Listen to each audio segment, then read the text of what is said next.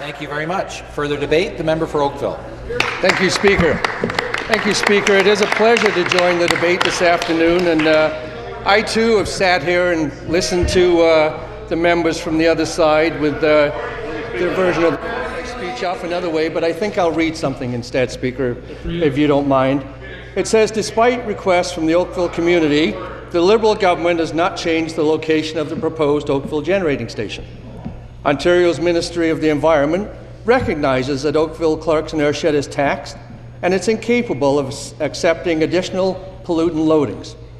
In June 2010, this concern was echoed by Dr. David Balsillie in his action plan for the Oakville Clarkson Airshed. In his fourth recommendation, Dr. Balsillie wrote, all applications for certificates of approval for new or modified industrial activities which will increase emissions within the airshed must be considered in light of the current capacity of the airshed. This recommendation would also apply to the issuance of a certificate of approval for the power plant. Now, while the Liberal government remains silent on Dr. Balsillie's recommendations, Halton residents are living with the reality of a taxed airshed, which may be unable to handle additional toxic pollutants from the proposed Oakville generating station. Now, Haldimand County has expressed an interest in hosting this gas-fired plant at the Nanticoke site, which provides a viable, clean alternative. Therefore, today in the Ontario Legislature, Halton MPP Ted Chudley asked the Minister of Energy and Infrastructure, I have listened to the people of Oakville and I will support them. Will you listen to the people of Oakville, change your mind, and move the location of this power plant? I am asking the Minister to consider moving this plant. He has the facts, he has a clean alternative. If he adds a bit of common sense, he'll see the location of this proposed power plant needs to change. That's a news release from my colleague in the House, the member from Halton. When his community and my community were faced with a proposal that came from the Ontario Power Authority that an almost 1,000-megawatt natural gas-fired power plant be located within 400 meters of daycare centers, of schools, of residents, and shopping. Now, I did what any other MPP would do in this House. I stood up and I supported my constituents. I took the concerns of the people of Oakville down to the decision makers at Queen's Park, the same way that my colleague from Halton did in representing the people in his riding that live in North Oakville. The decision that was being made, the advice that was being given to the government of Ontario at that time, in my opinion, was flawed information. This was not a safe site, in my opinion. It was not a healthy site. It was a site that needed to be moved.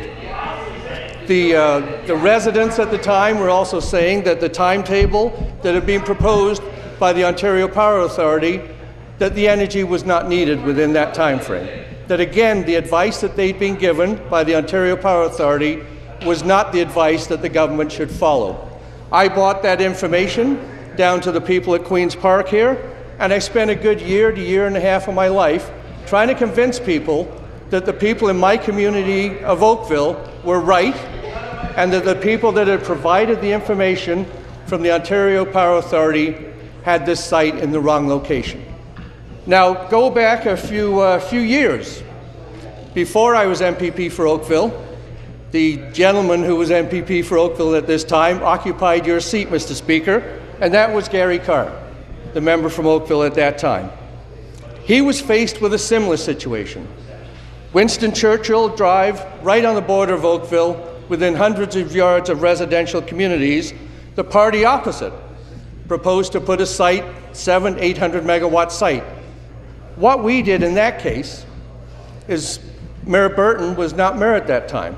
Mayor Burton was the head of a residents association that knew that that site was wrong as well.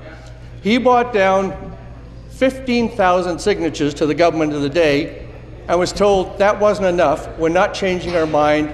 We don't care if it's a good site or not. We're building it. In this case, what happened is that because of the lobbying of members in this House that this site be moved to a safer site, it was moved.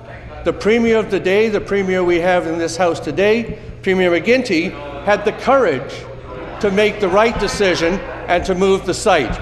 Now, there are members over there, Speaker, who would build this site in the same location today. And those members that know anything about the siting will know that that site would not qualify for a 2 megawatt wind turbine. Yet the rules at the time would have allowed for an almost 1,000 megawatt natural gas burning plant. It was simply time to take a second look at it.